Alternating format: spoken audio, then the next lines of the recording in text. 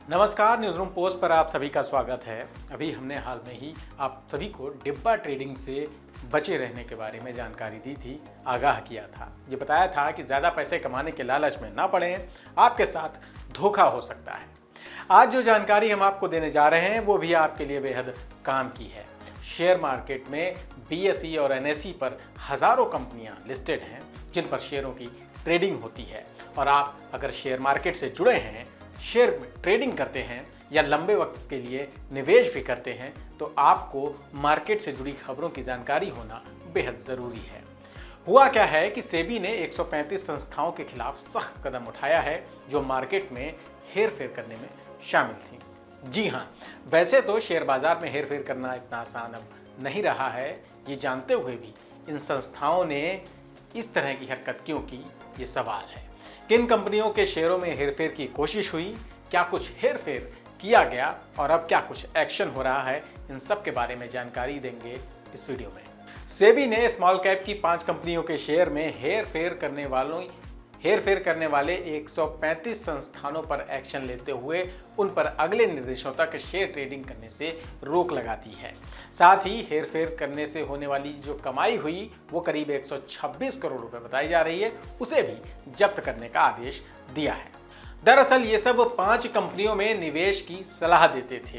कैसे? Bulk message के जरिए। जी हाँ, एक हनीफ नाम का शख्स जिसका रोल इसमें सामने आ रहा है। सेबी ने कहा है कि शेयरों के दाम को प्रभावित करने वालों में 5 कंपनियों के शेयरों में हेरफेर किया और उनके दाम बढ़ाए। अब आप सोच रहे होंगे कि ये 5 कंपनियां कौन सी हैं, तो वो भी जान लीजिए।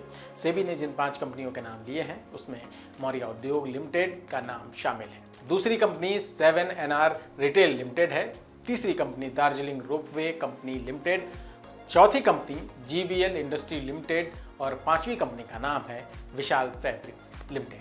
सेबी ने यह भी बताया है कि किस तरह से इन कंपनियों के शेयरों के प्राइस में हेरफेर किया गया। सेबी के मुताबिक हनीफ ने 5 शेयरों की खरीदारी को लेकर बल्क मैसेज निवेशकों तक पहुंचाए।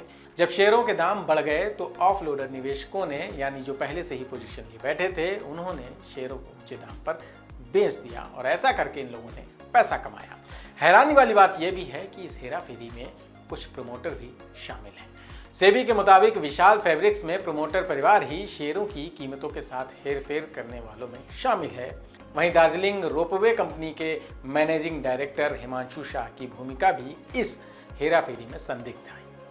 वो आर्टिफिशियल रूप से शेयरों के वैल्यूम को बनाने में लगे हुए थे। मौर्य इंडस्ट्री केस में भी प्राइस वैल्यूम इन्फ्लुएंसर्स ने आर्टिफिशियल रूप से 35.22% वॉल्यूम बनाया, जिसमें 17.38% दूसरे के साथ ट्रेड करके बनाया।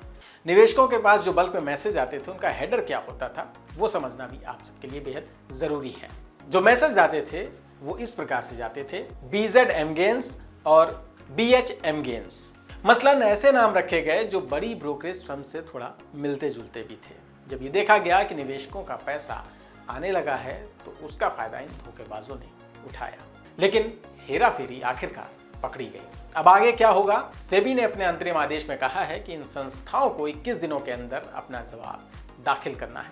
निवेशकों को इस तरह की गतिविधियों से सावधान रहने की सलाह भी सेबी ने दी है और संस्थाओं को गैर कानूनी लाभ को 12% की ब्याज दर से चुकाने के लिए भी कहा है। आगे अभी और भी एक्शन होने हैं, क्या कुछ होंगे वो भी आगे आने वाले दिनों में पता चल जाएगा। तो कुल मिलाकर बात यह है कि शेयर मार्केट में अगर आप निवेश करते हैं तो आपको आंख बंद करके नहीं, आपको आंख खोलकर निवेश करना है। ये जानना है कि बाजार में क्या कुछ चल रहा है, उससे जुड़ी क्या कुछ खबरें आ रही हैं, उस पर भी आपको नज़र बनाए रखनी है। कभी भी किसी की टिप्स पर निवेश नहीं करना है। अपने फाइनेंशियल एडवाइज़र से इसके लिए सलाह लें। न्यूज़ रूम पोस्ट भी कभी भी किसी को बाई और सेल की सलाह नहीं देता है। हमारे ये वीडियोस एजुकेशनल पर्पस के लिए ही हैं। फिर मिलेंगे किसी नए वीडियो में नई जानकारी के साथ। आपको ये वीडियो अगर पसंद आया तो लाइक और शेयर कर दें। नमस्कार।